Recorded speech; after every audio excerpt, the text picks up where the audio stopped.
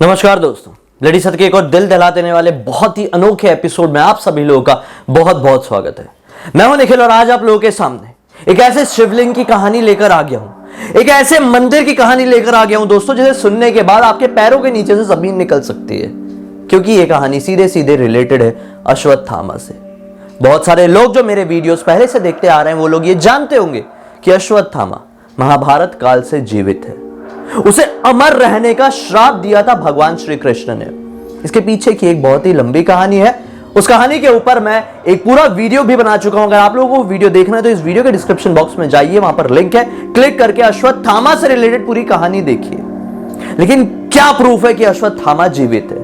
लेकिन अश्वत्थामा कैसे जीवित है, इसका प्रूफ हमें मिलता है मध्य प्रदेश के एक शहर मुरैना नाम की जगह के एक छोटे से गांव से, जहां पर पहाड़गंज नाम का एक इलाका है। इस पहाड़गंज इलाके में स्थित है एक शिव मंदिर।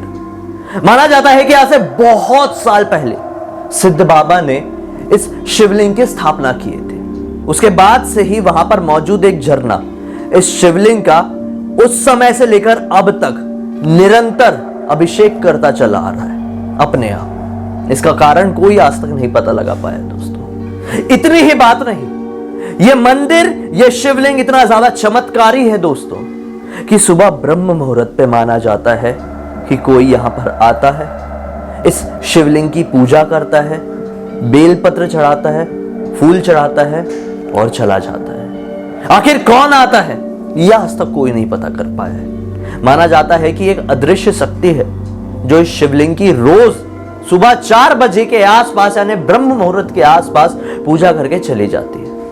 इतना ही नहीं, इस शिवलिंग के ऊपर जो कोई भी बेलपत्र चढ़ाई जाती है वो बेलपत्र नॉर्मल नहीं, बल्कि 7 मुखी, 11 मुखी और 21 मुखी बेलपत्र होती है। नॉर्मल दुनिया में बेलपत्र सिर्फ 3 मुखी ही पाई जाती है, बड़ी मुश्किल से रेयरली 4 मुखी। लेकिन ये 7, 11 और 21 बहुत बहुत बहुत ही ज्यादा रेयर है। तो आखिर कौन है ये जो वहां पर इस तरह से पूजा करे चला जाता है और इसके बारे में कभी किसी को नहीं पता चलता? कितने सारे लोग वहां पर रुक कर ये देखने की कोशिश किए हैं कि आखिर कौन है वो इंसान जो आज तक किसी को नजर नहीं आया है, लेकिन पुजारियों के पट खुलने से पहले ही आखिर कैसा है वो, कौन है वो जो पूजा करके चला जाता है।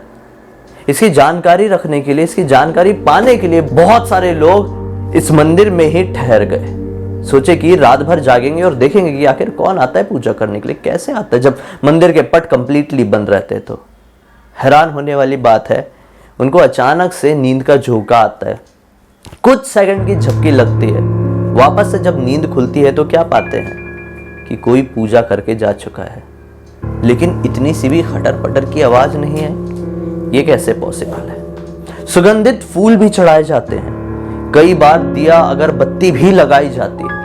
कौन सी अदृश्य शक्ति है जो नहीं चाहती है कि कोई भी देख पाए कि आखिर कौन इस शिवलिंग की पूजा करके चला जाता है?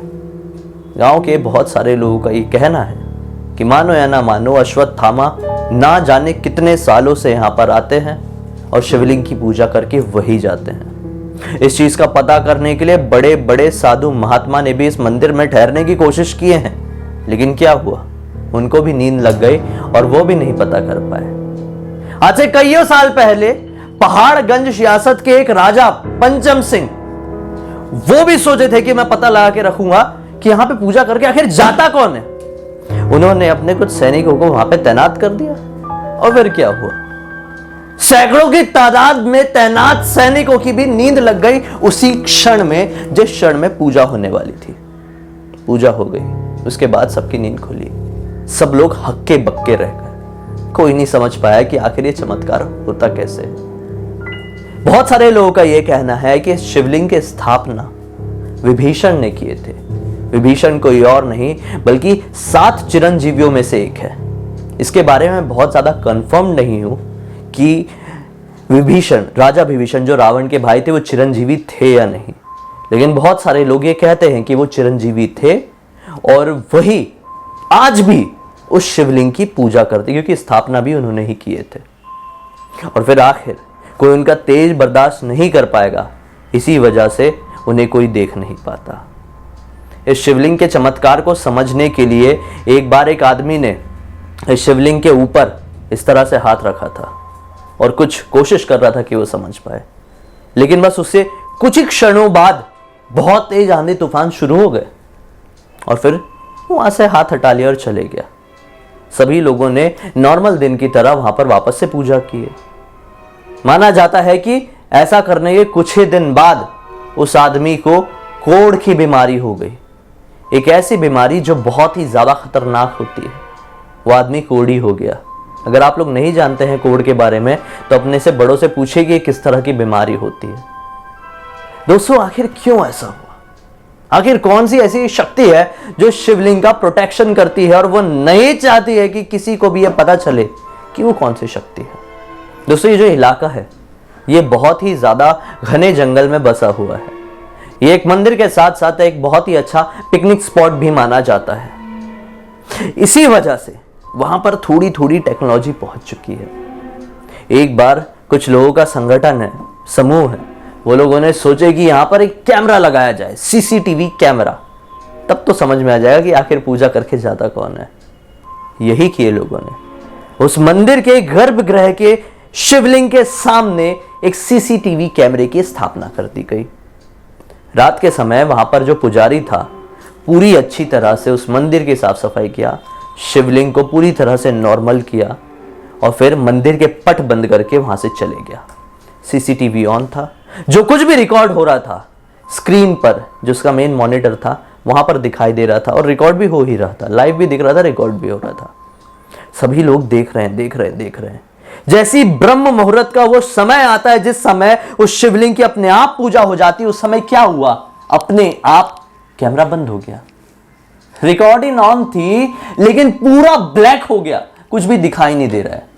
वापस से कुछ सेकंड या कुछ मिनटों बाद वापस से सब कुछ विजन क्लियर हुआ, सब कुछ दिखाई देना शुरू हुआ तो लोगों ने क्या पाया कि शिवलिंग की पूजा हो चुकी है। उसी तरह से 7 मुखी, 11 मुखी और 21 मुखी बेलपत्र उस शिवलिंग के ऊपर चढ़े हुए हैं, खूबसूरत फूल, अगरबत्ती जली हुई है, चावल चढ़े हुए हैं और चंदन का टीका किया गया है। ये कैसे पॉसिबल हुआ? कभी कोई नहीं समझ पाया। कई बार लोगों ने पता करने की कोशिश की लेकिन हमेशा उनके हाथ में हार ही मिली। इस तरह के रहस्यमय मंदिर ना जाने कितने सारे हैं इस भारत में। उन रहस्यमय मंदिरों के रहस्य को सुलझाना आज तक किसी भी वैज्ञानिक के हाथ में नहीं हुआ है। फिर भी विज्ञान यह कहता है कि ईश्वर नहीं है, ऊपर वाला नहीं है, जो कुछ भी है वही विज्ञान है। और बहुत सारे लोग जो साइंस का परचम फहराते फिरते हैं मेरे इस वीडियो के कमेंट सेक्शन में आके कहेंगे कि तू अंधविश्वास फैला रहा है। लेकिन मैं सच बता रहा हूं, मानो तो विश्वास, ना मानो तो अंधविश्वास। लेकिन इस दुनिया में बहुत सारी ऐसी चीज है जो चाहकर भी साइंस अरबों साल भी बिता लेगा तो उनको नहीं सुलझा सकता। खैर, ये अलग टॉपिक है। आपको क्या लगता है कमेंट सेक्शन में जरूर बताइए। आप ये भी बताइए कि आपको क्या लगता है कि इस मंदिर में कौन पूजा करके जाता होगा? अश्वत्थामा, जो कि महादेव का एक बहुत बड़ा भक्त था, जो आज भी मध्य प्रदेश के छोटे छोटे गांवों में कई बार देखा गया है। वो वीडियो आप देखो, समझ में आ जाएगा। जो इस वीडियो के डिस्क्रिप्शन बॉक्स में अश्वत्थामा के बारे में सब समझ में आएगा कि कैसे उसे देखा गया है, कैसे वो जीवित है, क्या उसके पीछे की कहानी है। और या फिर यहां पर विभीषण पूजा करने आते हैं और विभीषण सप्त चिरंजीवियों में से एक है। मुझे भी क्लियर होगा, बहुत सारे लोग जो ये वीडियो देख रहे हैं और फिर कमेंट सेक्शन में जाते उनको भी क्लियर होगा।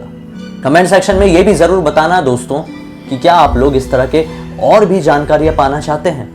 मैं एक सीरीज बना सकता हूं इस टॉपिक पर। उम्मीद करता हूं कि अगर मुझे पहले से जानते हैं तो इस वीडियो को लाइक कर दिए होंगे और अगर मुझे पहली बार देख रहे हैं तो मेरे इस चैनल को सब्सक्राइब करके बेल आइकन को दबा के ऑल के ऑप्शन में क्लिक करना, क्योंकि मैं इसी तरह के हैरान कर देने वाले, खौफनाक, मनोरंजन करने वाले, यूनिक से मिस्टीरियस वीडियोस रेगुलरली आप लोगों के पास लेकर आते रहता हूं, क्योंकि पूरे यूट्यूब में मेरे अलावा कोई ये लेकर नहीं आता है। अब मैं इतना कर रहा हूं तो आपको भी तो इतना करना चाहिए ना दोस्तों।